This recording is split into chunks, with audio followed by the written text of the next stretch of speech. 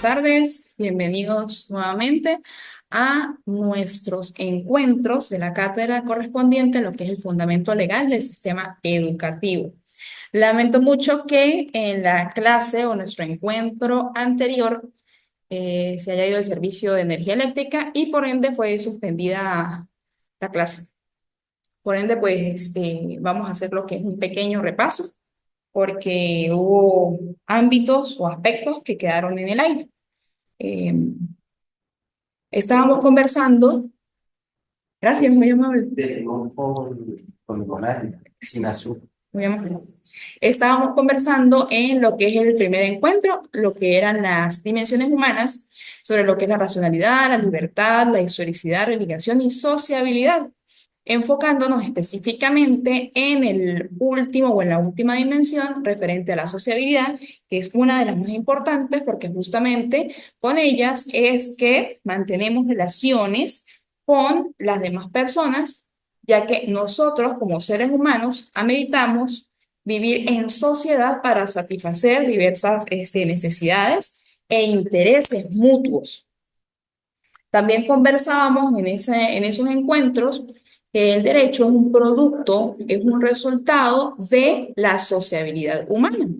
Y ese producto o ese resultado de esa socialización entre nosotros como seres humanos ameritan la coexistencia de unos determinados elementos concomitantes o concurrentes, lo cual es la ordenación, la autoridad social y el ordenamiento jurídico. Efectivamente, necesitamos que exista una sistematicidad, un orden para que las cosas funcionen como deben funcionar, porque si tomamos en consideración la dinámica de nuestra vida diaria, nos percatamos que aun y cuando existan determinadas reglas, determinado orden y aspectos, siempre hay cosas que se salen como de su rumbo. Justamente por eso es tan importante que exista esa ordenación, esa autoridad social que es elegida por el pueblo o por nosotros como seres humanos en una determinada comunidad,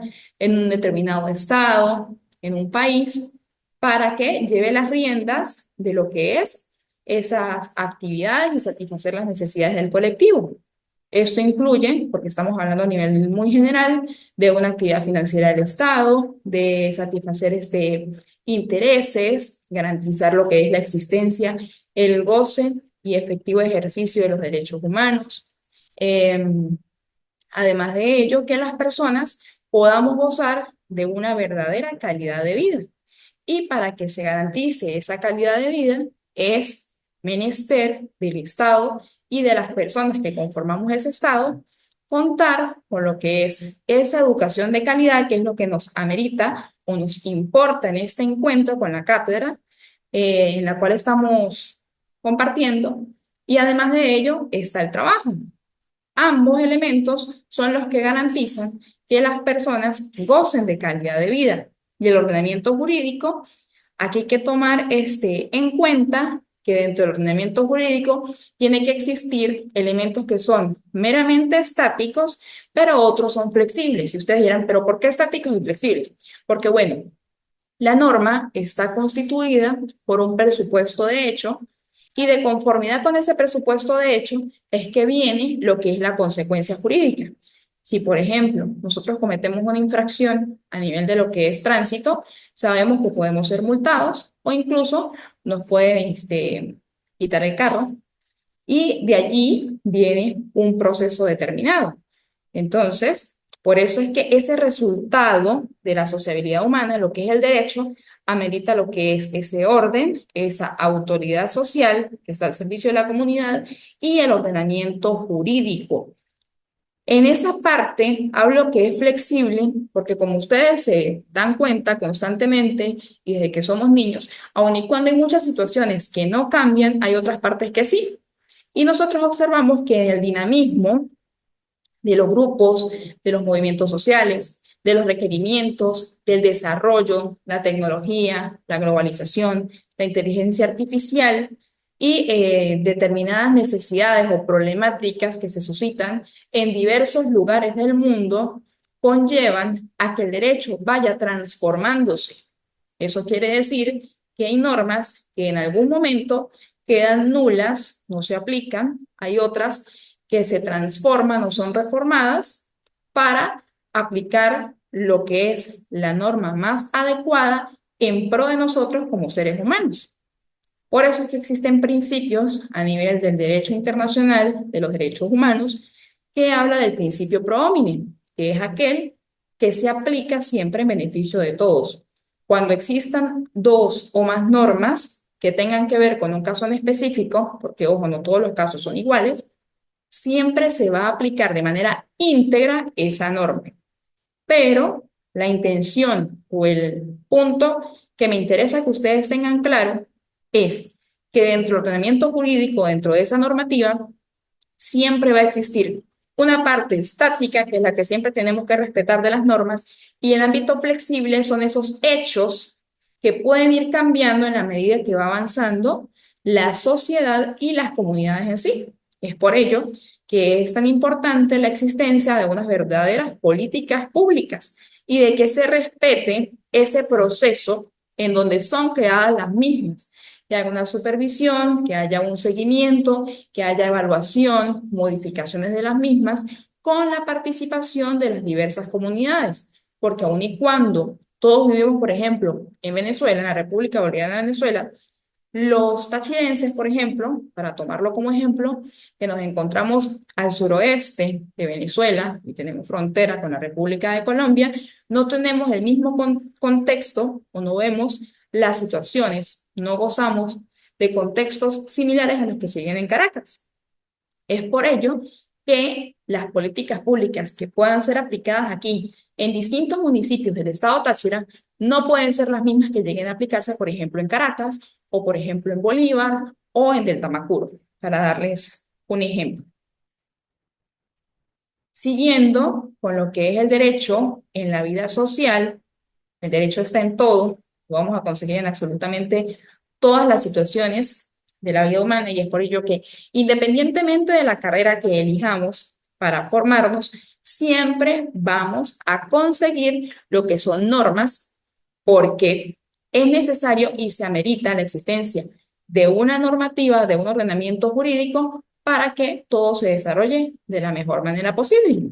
Es por ello que donde hay sociedad, allí hay derecho, y donde hay derecho, debe haber sociedad, porque es una forma de control social, porque como les acabo de decir, aun y cuando nosotros nos forman dentro de las familias como célula fundamental de la sociedad, con unas determinadas normas éticas, morales e incluso religiosas, es muy importante que exista un ordenamiento jurídico en donde todos tengamos conocimiento del mismo, porque dependiendo de determinada religión o dependiendo de esa formación que tengamos en nuestros hogares, hay situaciones que efectivamente van a ser muy diferentes unas a otras.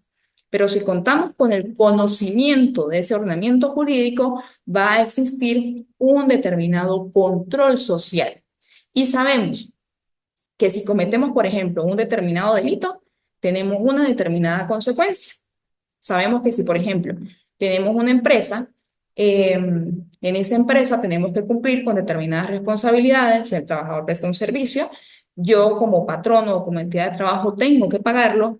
Si, por ejemplo, soy padre o soy madre, tengo que cumplir con unas instituciones familiares en donde debo cubrir lo que es la custodia, lo que es la patria potestad, que incluye también el régimen de convivencia familiar si los padres están separados, y lo que es la obligación de manutención para que ese niño o adolescente se desarrolle de la mejor manera posible y en un futuro sea un adulto íntegro que pueda subsistir sin ningún inconveniente, que pueda desenvolverse en la sociedad sin ningún detalle, que goce de calidad de vida y que además de que esa persona pueda subsistir, le preste un servicio a la sociedad, sea un ser útil a la patria.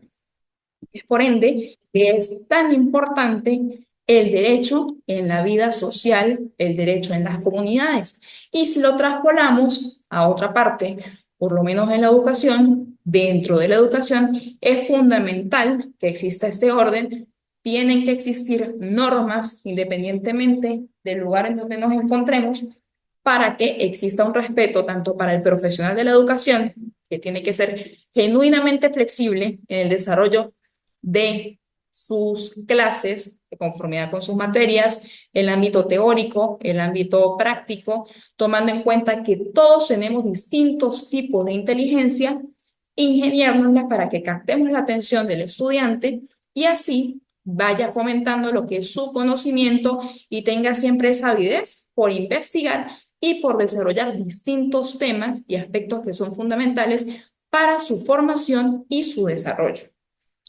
Traspolándonos al otro ejemplo que quería comentarles hace un momento, es muy importante también tomar en consideración, por ejemplo, los pueblos originarios.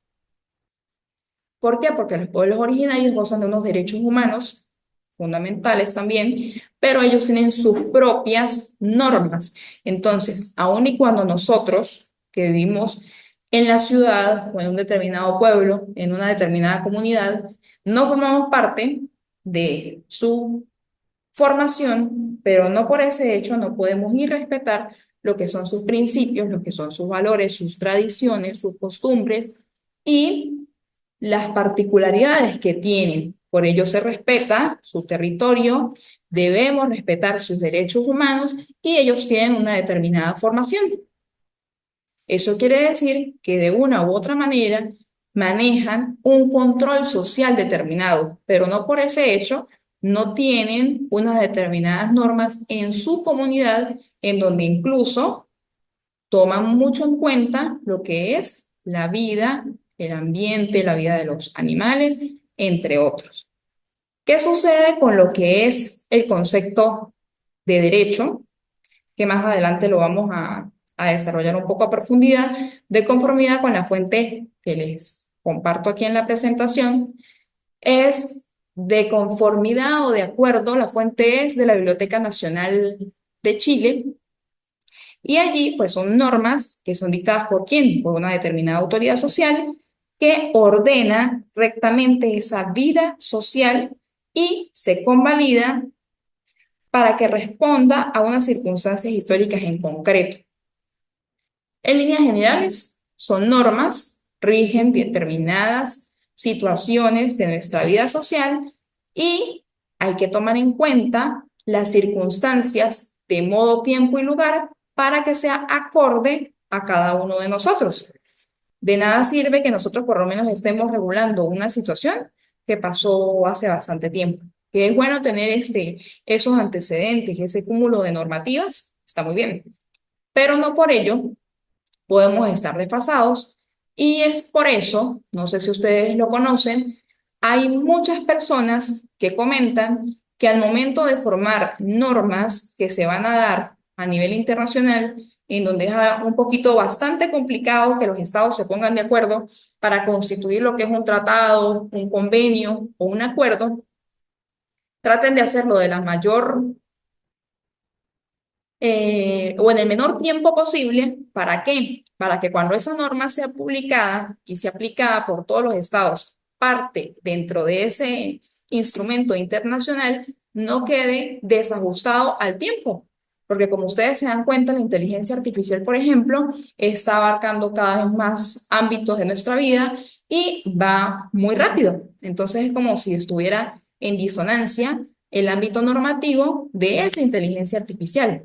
Además, estas nuevas tecnologías hay que tenerles también un gran porcentaje de prudencia, a mi parecer, de precaución o de cautela, me atrevo a decirlo así, porque puede llegar a invadir muchos ámbitos de nuestra vida personal, en donde nosotros de manera directa o indirecta, por medio del uso de las redes sociales que usan tanto los alumnos o que usan tanto las personas que se encuentran a nivel de escolaridad, que pueden afectar el desarrollo y el ámbito de identificación de las personas, el uso de nuestros datos personales. Todos esos ámbitos son sumamente importantes que los manejemos, que profundicemos en ello y que ustedes también lo den a conocer dentro de lo que son los niños, los adolescentes, los jóvenes y aquellas personas que son universitarias. porque se maneja con mucha ligereza el uso de la inteligencia artificial y de las nuevas tecnologías sin ver las consecuencias y el más allá. La conformidad tiene que ver justamente con ver cómo nosotros vamos desarrollándonos con este tema de el derecho, el desarrollo del mismo y lo que esperamos de él. Eso quiere decir que si una persona comete un determinado delito o está encajando en una determinada norma, sabe que tiene una determinada consecuencia. No hablemos solamente del ámbito penal, pero muchas personas analizarán y dirán, ajá, y el hecho de que yo no cometa alguna situación establecida en la ley, ¿quiere decir que me van a dar una recompensa? No, por eso no me van a dar una recompensa, pero puedo seguir con el desarrollo de mi vida y la de mi familia sin ningún inconveniente.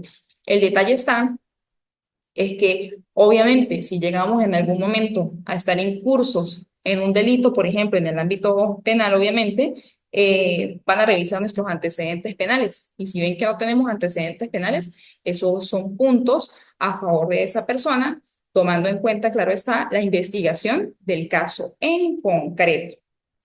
¿Por qué es integrador de la vida social? Porque, como les dije, dentro de la sociedad existen diversos grupos de personas, existen movimientos sociales, existen personas con discapacidad, existen personas de la tercera edad, niños, niñas, adolescentes, mujeres, grupos vulnerables.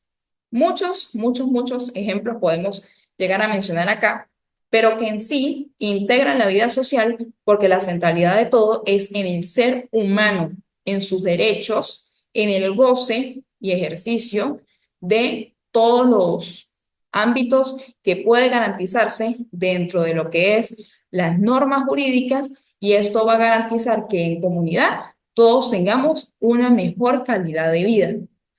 Recordemos, y creo que lo mencioné en la clase anterior, que cuando nosotros hablamos del goce de los derechos humanos, tenemos que tomar en cuenta lo que es la disponibilidad, la accesibilidad, la aceptabilidad y la calidad. Eso quiere decir que si nosotros nos enfocamos en el ámbito de la educación, podemos decir, sí, la educación es gratuita. Yo tengo la oportunidad de acudir a cualquier institución educativa pública, claro está, y tengo la opción de poder recibir formación.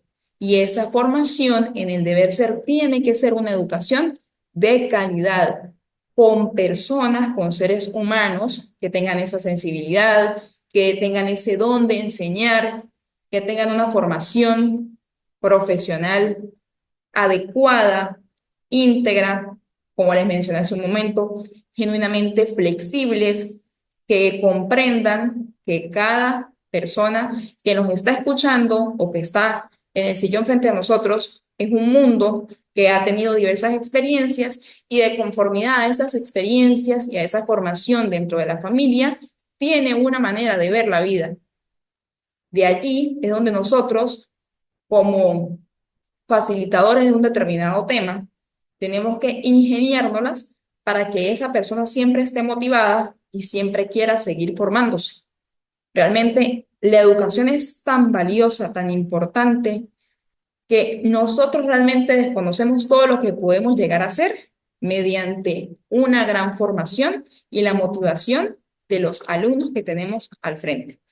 Es por eso que justamente si ustedes investigan sobre los objetivos de desarrollo sostenible de la Agenda 2030, van a conseguir que materializando el objetivo de desarrollo sostenible número 4, que es educación de calidad, podemos llegar a materializar absolutamente todos los objetivos de desarrollo sostenible, dependiendo, claro está, de la comunidad en donde nos encontremos y del país en donde estemos ubicados.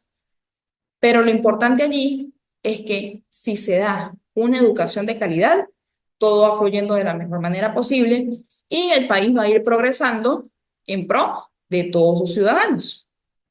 ¿Qué sucede con esa conducta social desviada que menciono allí también rápidamente? Todos sabemos que si tenemos una conducta social desviada, vamos a obtener una determinada consecuencia jurídica que es una pena. De allí devienen o se producen unas determinadas investigaciones, ya sea de oficio por parte del Estado porque un determinado funcionario o un policía se percató de que un ciudadano estaba cometiendo un delito o por una denuncia por parte de la víctima o de la presunta víctima. De allí inicia una investigación por parte de lo que es la Fiscalía del Ministerio Público, colocando el caso de, por ejemplo, de Venezuela, y se tiene unos días en concreto para recaudar todos esos medios de prueba que son trasladados al proceso y de allí se da una decisión, una sentencia, en donde la persona es procesada, condenada o en su defecto queda libre. No tiene ningún otro tipo de situaciones. Pero es importante pues que ustedes sepan que el hecho de que nosotros desconozcamos determinadas normas jurídicas no excusa de que tengamos que cumplirlas.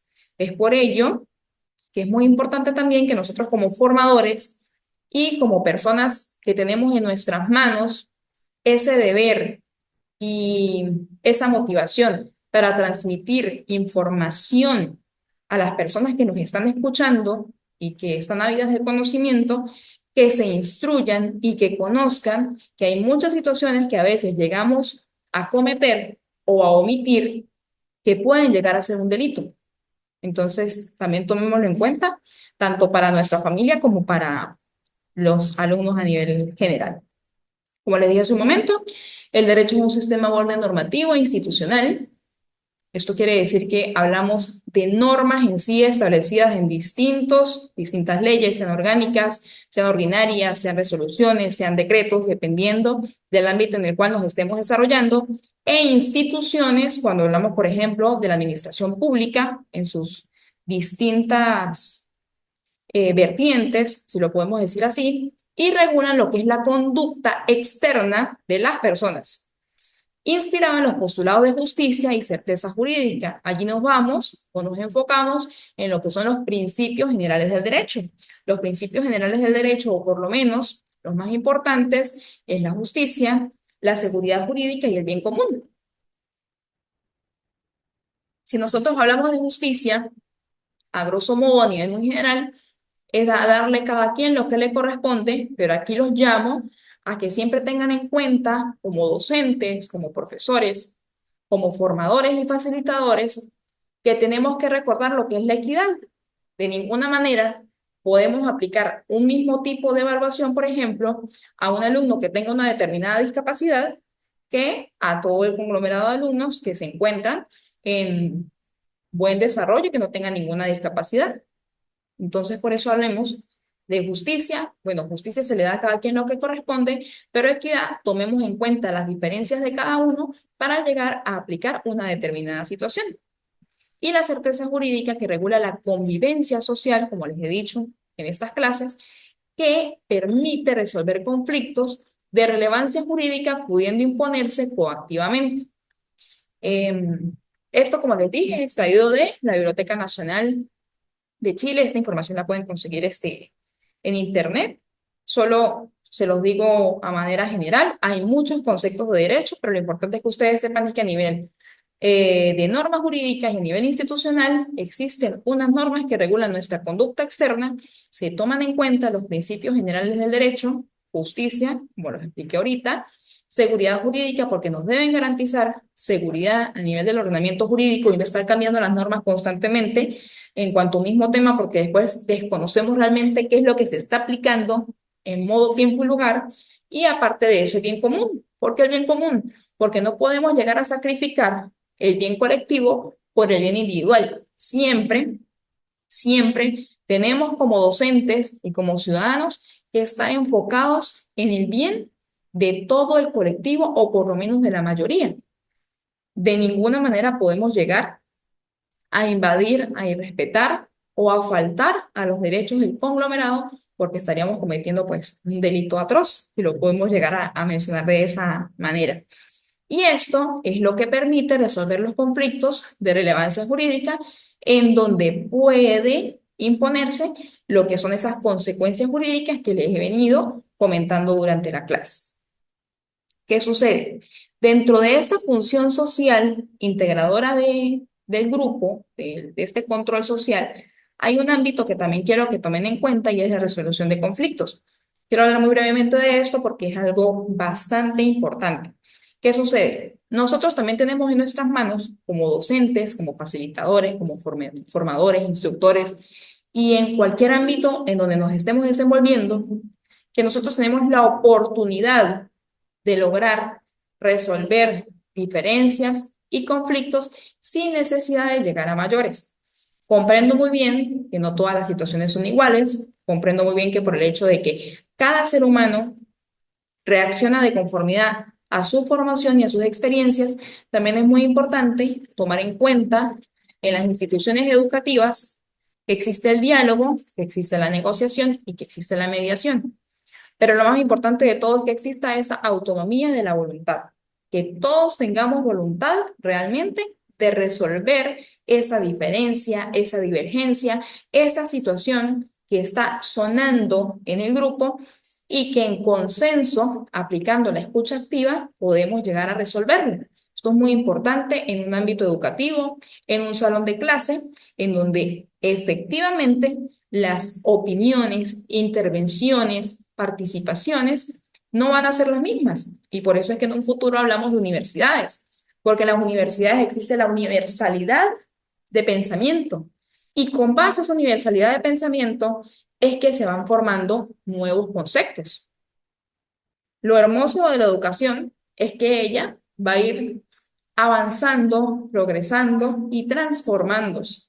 Pero esa transformación va de la mano de esa formación que tengan las personas que están recibiendo esa determinada información. Es por eso que siempre los motivo a que se busque el diálogo, la escucha, la compasión, la tolerancia y definitivamente el respeto. Considero que el respeto es fundamental dentro del ámbito educativo y que siempre que nosotros fijemos normas desde el principio de la clase, va a ser mucho mejor el manejo del grupo y el desarrollo de cualquier actividad que se emprenda, porque las cosas o las situaciones están claras desde el inicio. Entonces, es muy importante mencionar lo que es la resolución de los conflictos, siempre buscar acuerdos, negociaciones.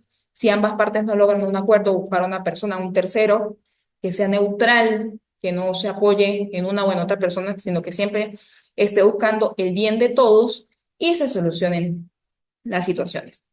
Dentro de esta función social integradora del grupo también está lo que es la dirección y modificación de normas de conducta. Como les dije, ello se va transformando en la medida que se van desarrollando muchas situaciones, la distribución y regulación del poder autoritario, lo que es el poder público, y el fomento de actividades integradoras del grupo, además del cuidado del derecho.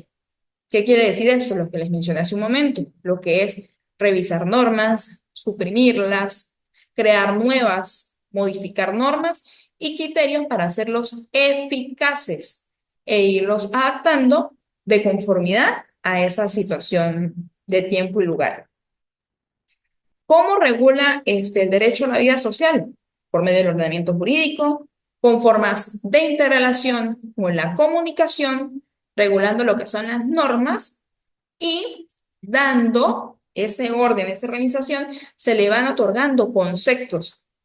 Entonces, tomando en cuenta esto, quiero mencionar también un ámbito muy importante y se los mencioné hace un momentico respecto a las normas jurídicas son juicios valorativos del deber ser. Allí siempre me va a establecer un deber ser que tiene un carácter general. No por eso vamos a dejar de lado los grupos vulnerables, como les dije hace un momento. Siempre tenemos que tomarlos en cuenta porque ellos forman parte de la sociedad y justamente hay que integrarlos, pero no afectar sus derechos, ni afectar a la de los demás. ¿Qué posibilidad tiene la norma jurídica? La posibilidad que tienes de coacción para garantizar el cumplimiento y por ende existe lo que son los supuestos de hechos y las consecuencias jurídicas. Es una regla de conducta en conjunto y forma parte de lo que es el sistema positivo que se puede generar tanto a nivel municipal, a nivel estatal, a nivel nacional o a nivel internacional. O en su defecto, si lo decimos al contrario, a nivel internacional, cuando varios estados se ponen de acuerdo para crear tratados, acuerdos, convenios a nivel nacional, que son las que se dictan, por ejemplo, por el Poder Ejecutivo o, por ejemplo, por la Asamblea Nacional, por el Congreso de la República, a nivel estatal, por medio, por ejemplo, de las gobernaciones, a nivel municipal, dependiendo de las alcaldías o el sistema de gobierno que regule cada uno de los lugares o de las comunidades en donde nos estemos desarrollando. Pero por eso es que se habla de un sistema positivo, porque está normado y escrito. Dentro de esto, es importante que ustedes tengan en cuenta lo que es el derecho objetivo. Y el derecho objetivo es justamente ese sistema de normas obligatorias que están fundadas en principios éticos. Entonces, ahí es donde se ve o se observa que dentro de las normas existen principios que se trasladan justamente a ese ámbito jurídico para que tengan mayor validez y se les pueda imponer una consecuencia jurídica que puede llegar a aplicarse la coacción. Allí, en ese sistema normado, plasmado en normas, se regulan esas relaciones sociales de observancia dentro de un determinado estado. Y está esa coacción en dado caso que los ciudadanos no quieran cumplir con lo que se establece allí, ya sea por acción o por omisión. Con esto se busca o se persigue que se garanticen los principios generales del derecho, como lo es la justicia, la seguridad jurídica y el bien común. ¿Cuáles serían entonces las principales características de lo que es la norma jurídica? Primero, ella es general, se aplica para todos por igual.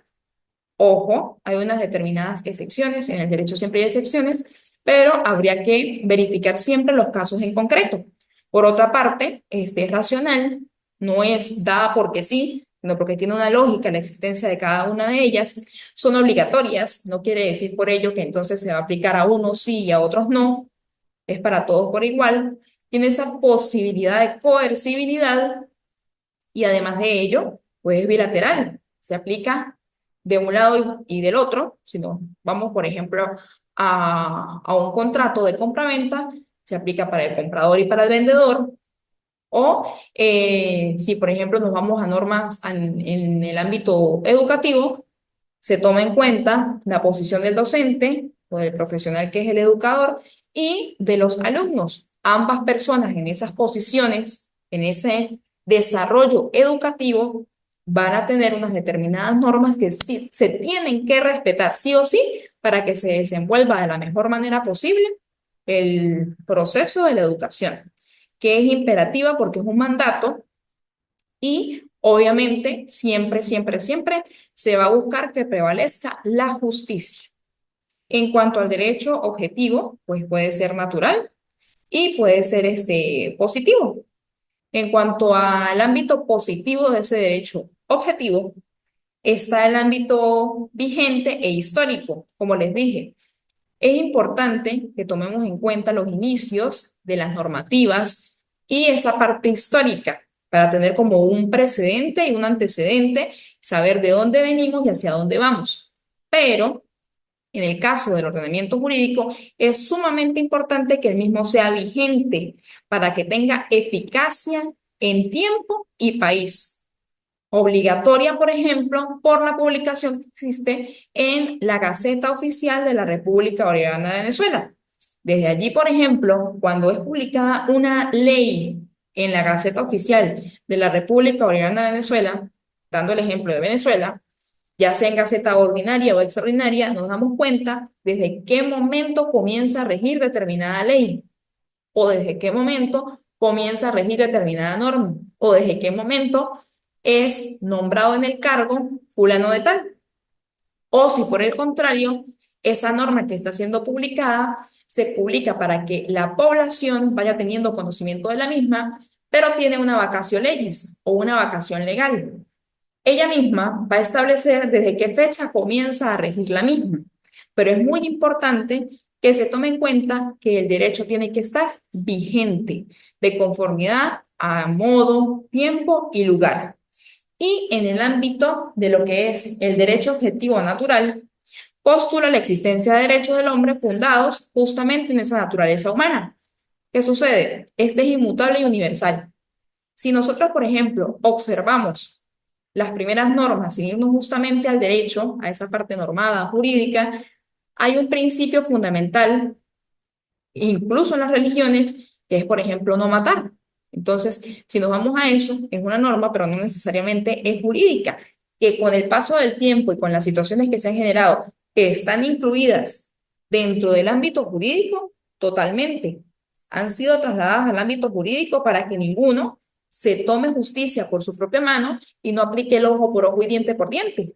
Pero eso no quiere decir que anteriormente a esas normas jurídicas no existiese ese principio, esa norma general, universal e inmutable que siempre ha establecido que nosotros no tenemos por qué matar a alguien.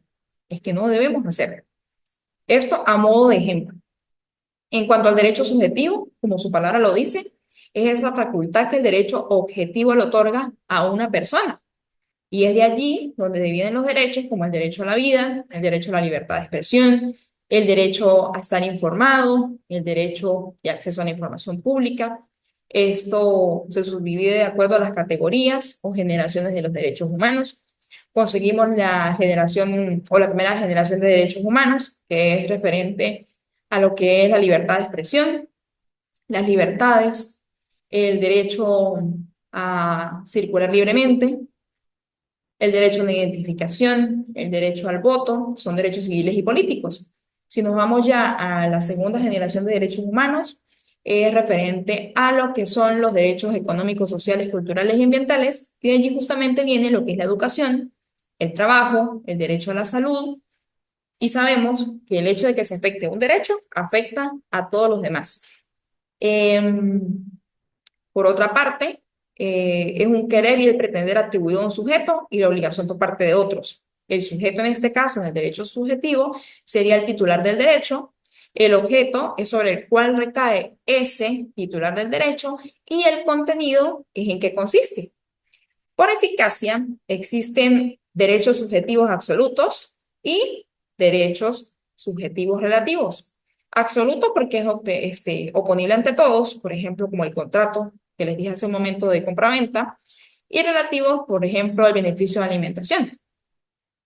Y en cuanto a la clasificación de la norma, podemos hablar de por su transmisión, por la relación entre ellos, por el interés tutelado y por contenido. Esto simplemente es una manera de que ustedes tengan una visión o un repaso a grosso modo de lo que es la norma jurídica, sus características y la clasificación de la misma.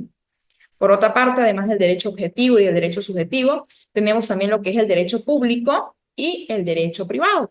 El derecho público, como su nombre lo dice, tiene que ver con las relaciones de los diversos órganos del Estado entre sí y estos con los particulares.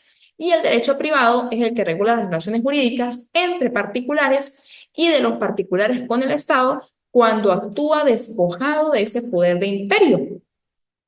Cuando ustedes escuchan, por ejemplo, el derecho consuetudinario, es el que va enfocado a a las costumbres.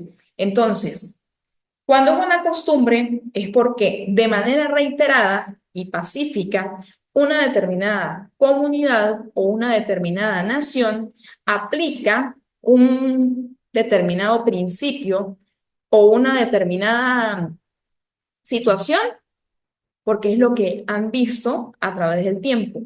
Entonces, para ello tiene que generarse de manera pacífica, reiterada, dentro de una determinada comunidad y que esté pues bien delimitado.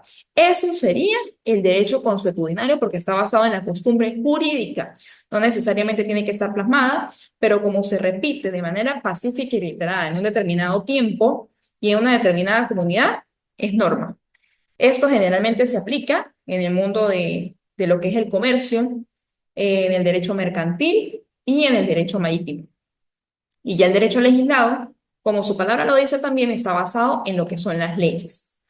Un poco más allá, es importante también que ustedes conozcan que el derecho sustantivo es generalmente el que se encuentra establecido en los códigos, en leyes especiales, en el Código Penal, Código Civil, Código de Comercio, y por otra parte, conseguimos el derecho adjetivo o procesal, que es el que justamente me va a establecer cuáles son los pasos para desarrollar ese proceso determinado.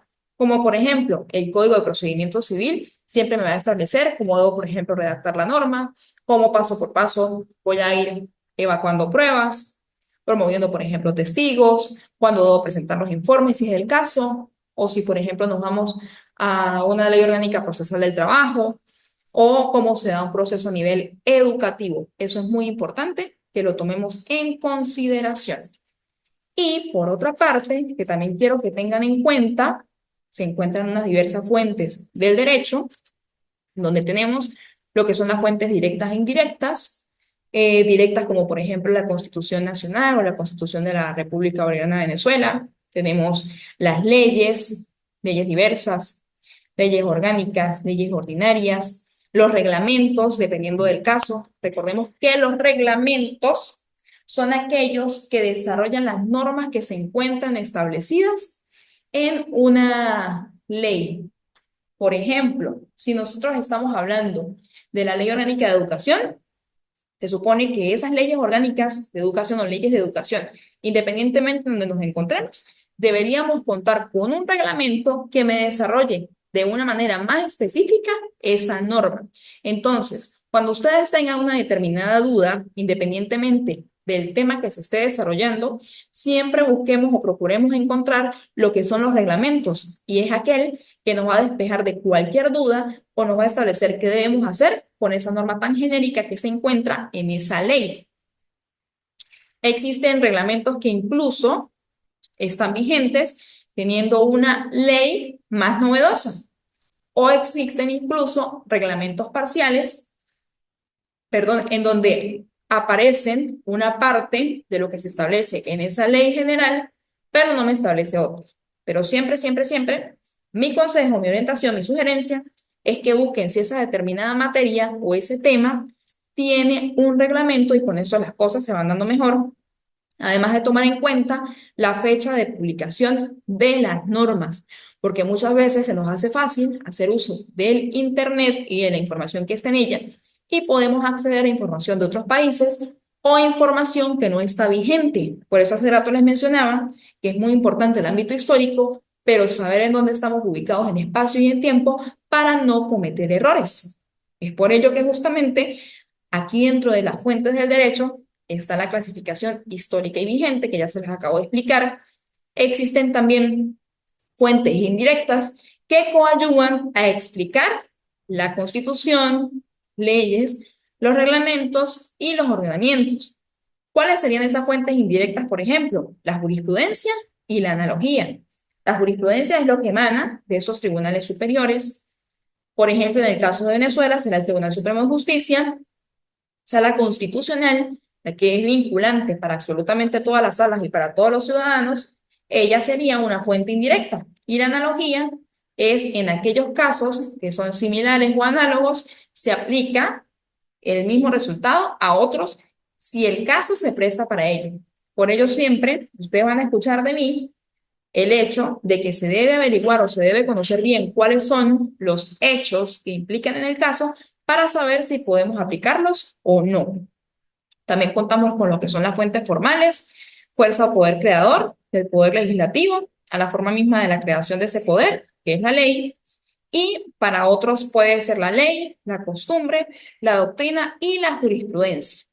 En cuanto a otra clasificación, están las principales, las subsidiarias y las auxiliares. Las principales son las que sirven de fundamento a las demás, como la Constitución, lo dije hace un momento, las subsidiarias como la analogía, los principios generales del derecho, la doctrina y la jurisprudencia, y las auxiliares es la que, como su nombre lo dice, auxilian al jurista para poder lograr resolver un conflicto, una situación, un caso determinado. Para ello se usa mucho lo que es el derecho comparado, la sociología y la psicología. Incluso, por ejemplo, en el caso de la Corte Interamericana de los Derechos Humanos, buscan el auxilio de profesionales o de otros profesionales distintos al derecho para lograr solventar mejor todas las situaciones que se presenten en las mismas. Y para finalizar, para mí es importante también mencionarles la importancia de organismos a nivel internacional que se encargan de garantizar lo que es una educación de calidad.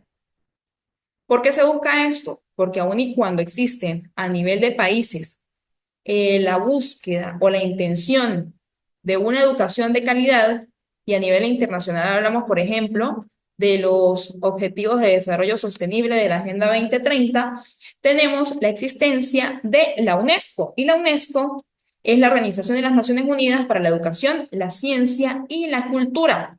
Ella, o la existencia de ella, deviene luego de lo que fue la Segunda Guerra Mundial. Fue fundada en 1945, si mal no recuerdo. Está enfocada en la búsqueda y el mantenimiento de lo que es una verdadera educación de calidad en la ciencia y en la cultura. Lo que busca es promover la paz. ¿Y cómo hace para promover la paz? Una de las formas para promover la paz es mediante la educación de calidad, que se los mencioné hace un momento, la ciencia, la cultura y la educación. Por medio de la UNESCO también es en donde se garantizan muchos patrimonios culturales de la humanidad. Se trabaja en lo que es la ciencia y la tecnología, se salvaguardan esos patrimonios culturales y naturales, y se promueve la libertad de prensa y el acceso a la información pública, que en muchos países se encuentra altamente deteriorado. Entonces, por medio de estos Objetivos de Desarrollo Sostenible que ha promovido las Naciones Unidas y que ha estado muy de lleno lo que es la UNESCO, eh, se persigue mantener esa construcción de paz, esa educación de calidad, el avance en la ciencia, en la tecnología, en la cultura y en la comunicación, porque aun y cuando nosotros siempre vamos avanzando, no podemos dejar atrás de dónde venimos, cuál es ese ámbito histórico y por qué estamos en el lugar en donde estamos. Para mí ha sido un gusto poder compartir nuevamente con ustedes. Estamos a su orden por la plataforma. Que tengan feliz tarde.